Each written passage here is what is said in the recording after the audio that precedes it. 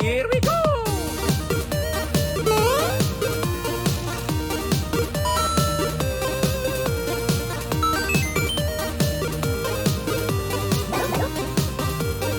Okay, let's go!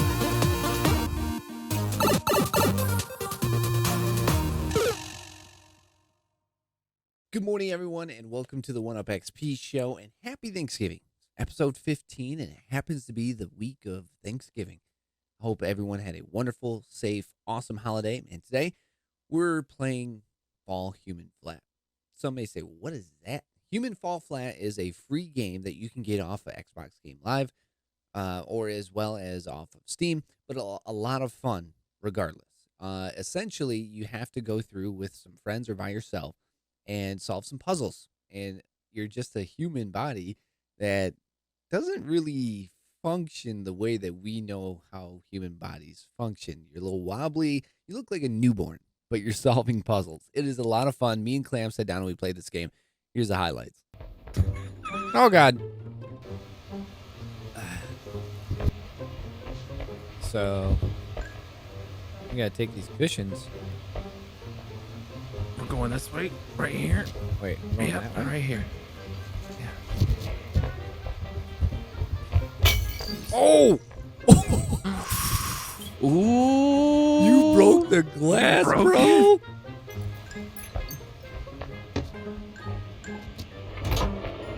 Oh. Break it. I got it. Hold on, Jeez. All right, go to the cushions.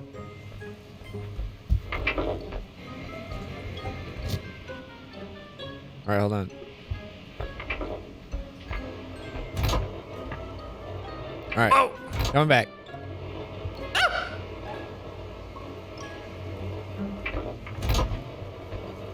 I made it. Oh, that's all we had to do? Oh, just had to break the wall, dude. I can't see. Can you get out of there? There you go.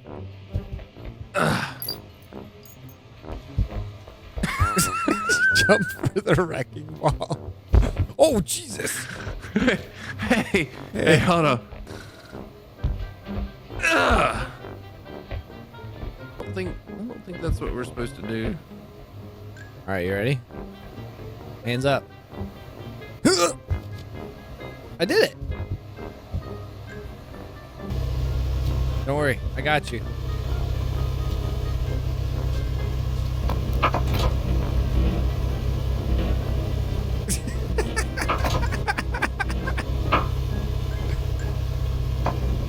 I came in like a wrecking ball. Take me over.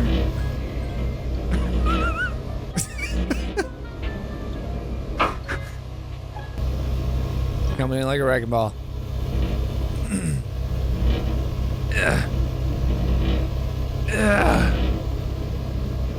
Dude, this is probably Oh! pretty good with like four I broke people. the wall. Oh, Oh, help me. what are you trying to do? Not let it fall.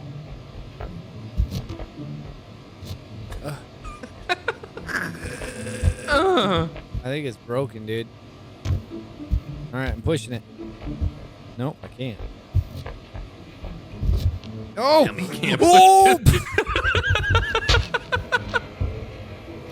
Bye. Down here. Whoa! You yeeted yourself, dude. All right, hold on. I'll get the ball back so we can pull you over. Don't let me go. I came in like a wrecking Don't let me go. You're gonna have to pull me up. No. Get off. Oh, okay. Hands up. It doesn't work. All right. So if we pull ourselves up here. Oh, How did you do that? How did you do that? Oh! over. How did you make it over? I don't know. Pull that. Hands up. Oh. I broke. I broke. Got it. All right, where's that box? I'll go get it. All I right, got hold it. on. I wonder if this will work if I leave it here. Oh, it does. The handle does. Nice. Okay. So You did good. Oh, the door open. Yeah. Yay! I did something I didn't even mean to do. Yeah. I'll just grab this, pull it down. Don't break it. Wait, do we have to pull these? We need the box. Need the box. Hold on. Need to go grab the box. I'm gonna pull the legs out. Should just grab the. There you go. There's one.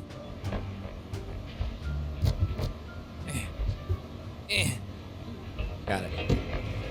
I got it. No.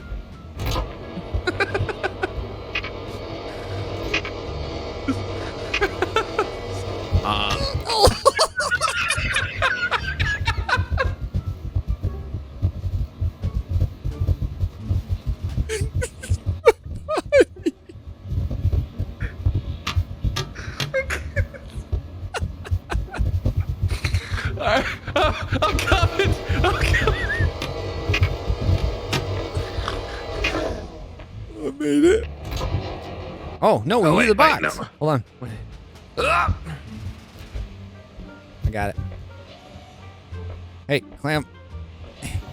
I got it. Don't worry. Oh, okay. There you go. All right. So now we need to arms up. Oh, I grabbed your head.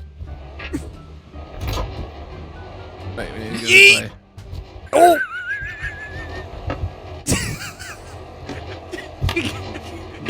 You got it, dude. We're good, dude. All right, let me climb back up real quick. Oh, I'm stuck. Oh no, this is not. Okay, there we go. Ooh. Yeah. I can't. We're smart, chat. We are good at this game. Oh, we don't need it. Oh, Jesus. Oh, you're pulling me.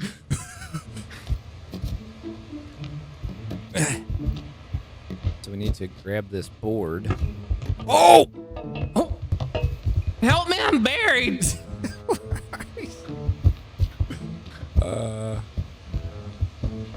Uh-oh. Hey, hit the wall! Hit the wall! Look, look, Oh. look! I broke it. Get this one out of the way. Oh. Oh. Did it. Okay. Got it. Uh-oh. All right, I'll get it. Okay. Good job. Oh! Oh no! Oh, I broke it? Wake up, Buttercup. I'm gonna pull this glass out. Hit you with a chunk of glass. Hey. Well, that's one way to win. All right, so. Oh, there's a bar right there. All right, hold on. Watch this. You ready? You want me to swing you? Ugh, I did it.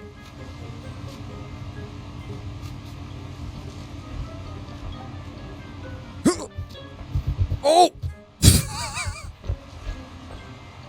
I did it. Klam, Yeah. you look good. Bring it over here. Bob's your uncle. I did. Pick the box up. Now, No. You stop. open the doors. Okay. Bob, your uncle? Get on it. Wait, pick me up. You raise me up. Jumping. Here you go, boys. Here comes the board. There you go. Get out of the way. What's the switch to? Open the door. That's what we want. Yeah. Hold on to Klam. Oh. Bye. And as always, a huge thank you to Klam. And being the week of Thanksgiving, I am very thankful for meeting and having the ability to play with Klam, a wonderful human being and just an all-around great person to that I thankfully can call a friend.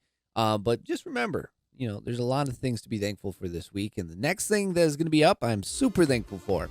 Coach Adam Antor from Florida Southern College. The Moccasins is where he's at now, but he used to be the director of Aquinas down in Grand Rapids. We sit down with him, and we'll have all the information on basically everything esports from his podcast coming up right after the break. And welcome back, everyone, to the 1UpXP show. And there's many people that I've had on this podcast that are just wealths of knowledge when it comes to esports or anything surrounding video games. And this guy, I've been told by many to get him on the show, sit him down, and talk to him. And I now understand why I had many guests say that, because this man has been a mentor to many people we've had on the podcast. This man is responsible for many programs up and coming and really getting a great foundation and taking off. And now he's basically starting and raising a program that has already kind of had a foundation, but now he's going to make it better. Coach Adam Antor. And I heard of this man when he was at Aquinas, but he was in the process of moving from Aquinas to Florida Southern College. So I gave him some time, finally got him on the podcast, and this is what he had to say. And then I moved to Michigan to work at another high school back in Grand Rapids. And that's where I started. I was the marketing director, and that's where I started an esports team there. And that's how I got into the high school side of esports. Let's briefly talk about that, because when we were talking earlier, this was what, 2017? Yeah, 2017, 2018. I mean, and in that stage of esports, especially high school, that's one of the first programs in Michigan. It was, yeah, it was crazy because I wanted to start a gaming club because I still game with my high school buddies. I wanted to create that same opportunity. And I saw a student wearing an esports jersey on campus. I was like, oh my gosh, wait, let's talk about this. And we started talking and decided to start a club. And then I was like, I bet there's a league we could play in. We found something called the High School Esports League, which was in its first or second year ever back then, I believe. And we played Rocket League. We finished 4th in the country in summer of 2018. And it was so cool. My kids loved it. And that fall I came in, I brought all my seniors together, a couple of parents, and I was like, guys, I'm crazy, I know, but I have this vision to create a competitive gaming place on campus for you guys to compete in, so you guys don't have to compete at home. Right. I don't know how we're going to do it. There's no money, like no one's giving me money to build something, but this is what I want to do. This is my vision. And like 3 months later, we had a grandparent get the pitch from our students who like created a pitch deck and pitched the idea and ended up funding the entire project, $35,000. And we built the first high school esports lab in the state of Michigan. So you went from that high school to Aquinas, correct? To Aquinas. Yeah. So I was trying to start a club at Aquinas. And at the time I was working on my master's, and the president of the college started seeing other schools start varsity teams. Right. And they decided that's the route they wanted to go instead of just a club. And they offered me the full-time job. And looking at it, me and my wife were like, is this really worth it? Like, I'm going to throw away this director of marketing position to go be an esports coach. Right. And actually, the funnier story is that a month before I was offered that job, Davenport posted their position for a head esports coach. Oh, really? And, yeah. And my literal thought was like, that's so risky. I'm not going to throw away my career to be an esports coach in college. This is going to fizzle out after a year. And a month later, Aquinas offered me, and I ended up accepting the position, going full-time into college esports. And I haven't looked back. That's wild. Yeah, so we built the program from the ground floor at Aquinas, and then I started looking for opportunities because I knew kind of Aquinas's long-term goals were what I had basically accomplished the goals that I had been given. Right. And there wasn't a ton of enthusiasm to grow further. We had already grown a super successful program. Right. And with the state of the resources of the school and their priorities, I felt it was time to start looking for other opportunities, and that's what brought me to Florida Southern. They want to build something big, and they want to be competitive nationally. So I just took that over about a month and a half ago, and we're running from day one. And I feel like that's something that esports especially in the college level, runs into quite a bit. Is a lot of people, yes, you get the okay to do it. and then you do it, and you're just so far ahead of the game, and you just feel like, all right, we did it. We've got this. Yeah. And then you hit that kind of like, if you will, writer's block. You just hit that block, and then they don't know where to go or get up on Yeah, the wall. absolutely. Like, there's special creative minds that can take it somewhere else. And you're one of those very creative minds. And I've met a lot of them through this podcast and through the experiences on Twitter, that there are certain people that will take that one thing, and rather than be okay with it, will take it to the next level. You know, and being okay with it's not bad, but the thing is, there's so much more than what we already have. You know, there's so much more than it can be. And I mean, I'm looking at myself. I'm 28 years old. Yeah. And where I'm at in my career, I've only been doing esports coaching for 2 years. I truly felt that like I need to be able to build something bigger. Like now, I have so much time and so much opportunity for growth in my personal career, that the change just felt right at the time. Right. But yeah, you're exactly right. Sometimes there's a certain level of risk with every dollar that a school invests into something, especially esports.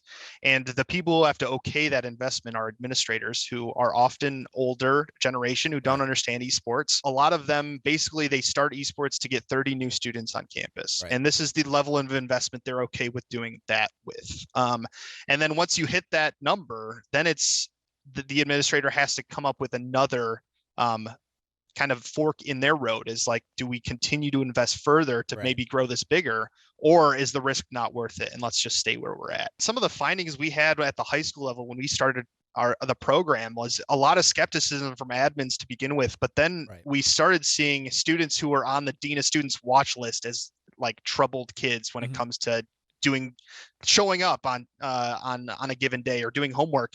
They were all of a sudden not on that list anymore. And all of a sudden the admins were the biggest proponents of an organized esports team, because we had activated a section of the student body who were not engaged at all outside of the classroom. Even not even engaged in the classroom, but we tied their academic performance to what they actually enjoyed doing, and all of a sudden they had a reason to do their homework. Yeah, of course. And we could do an entire episode on the soft skills that these students are finally being able to learn if those students weren't on a traditional sports team. So the same communication, teamwork, dedication, all of those soft skills you learn in being on a football team or a soccer team or what have you, now we tie that into another activity that they enjoy doing. And we'll be right back with more from Coach Adam Antor right after the break. And welcome back, everyone. And here is our second part in our sit down with Coach Adam Antor. We talk about Florida Southern, and we talk a little bit more about esports. In Lakeland, Florida, where the Tigers do their spring training. Very involved with that. I'll definitely be at least one game in the spring. Of course you will, yeah. But yeah, we're about 3,000 students. They started their esports program about 4 years ago, actually. And it's been mainly driven on the student engagement side instead of the athletics or competitive side or recruitment. And they started with a 12 computer lab, which is where I'm sitting now. It's the varsity space. But last year they decided they wanted to build something a little bit bigger. So I now report to the athletic director and the dean of students, and they just opened a 30 computer arena downstairs that has a stage and access for students across campus to come and compete and play in. That's cool. So yeah, and they haven't really done a ton of recruiting until I got here. So I have a lot of work to do from a recruitment standpoint. Broadcast has been kind of more grassroots of what we can pull together on a PC in the lab. And I want to build something a little bit more professional out like what Boise does. But yeah, that's kind of where we're at. We're competing in League of Legends, Overwatch, and Rocket League. We've got a pretty good teams in all of them. I've been well keeping above up with you guys on Twitter, average. and I've been seeing some good things coming out of there. And I just say it's the Adam experience, because when you get Adam in there, it seems like programs do just fine. But you're there in the lab right now. I am. You see the computers and chairs behind you, so it looks good, brother. I'm not gonna lie. It's Yeah, got that sun-faded red. Yeah. So this is the varsity only space. So our varsity program players have access to this space whenever they want. This is where we do practices, and then our matches are downstairs in the arena. So we'll meet down in the arena before a match. We'll sit up on stage, and then we have a projector that goes above and some seating. It looks really cool. What is the biggest challenge in collegiate esports right now? Whether it's third-party licenses, all these different titles and games, but what is the biggest challenge in collegiate esports? Most of it definitely stems from the licensing thing. So for those of you who are listening who aren't totally aware, in traditional athletics, no one owns the game of football. Right. So the NFL doesn't have to pay someone to host the NFL. Right. They just can, because the football is open property, basically. Whereas in video games, it's totally different. All these games that we compete in are owned by for-profit companies. Right. And we and leagues have to get permission to run tournaments in those games, whether that's through paying for a license or using very strict guidelines that are given to leagues to run free tournaments. And because of that, the space is all over the place, and it's very everyone likes to say the Wild West. I don't know if that's accurate, but it's just all over the place. And there's not the NCAA isn't adopting esports at this point. They've tabled the conversation, quote unquote, until a further date. But the NAIA has started something called NACE, and I know NACE has been brought up in this on this podcast before. And they're doing something similar. They're doing a pretty good job, I would say. I'm the chair of the competition council, so I'm heavily involved in those conversations. But yeah, a lot of the problems stem from licensing. And another example of this is that there's a for-profit high school league called Play Versus, who actually owns the exclusive license for League of Legends competition at the high school. Oh, really? Level. Okay. Yes, so they own the exclusive license. So when you look at MySEF, which is the Michigan High School League that's free for high schools, they don't own the ability to run competition in League of Legends. And what that has done at the college level is now, we were just talking about it, me and Northwood and a couple of the other Michigan coaches were talking about today, finding League of Legends players at the high school level has become near impossible because no one is playing it in an organized fashion, because Play Versus owns that exclusive license. And my huge thanks to Coach Adam Antor once again for sitting down and really explaining a lot of the things that I didn't even know about. But thank you again, Coach. Do appreciate it. We'll be right back with our last segment on the 1UP Show. And that does it for episode 15 of the 1UP Show. I hope you all had a wonderful and safe Thanksgiving. And remember, it's not just this week. We have to be thankful all year round. Be giving, be thankful, be good, stay safe, take care. I'll see you guys right back here on Monday. Okay, let's go!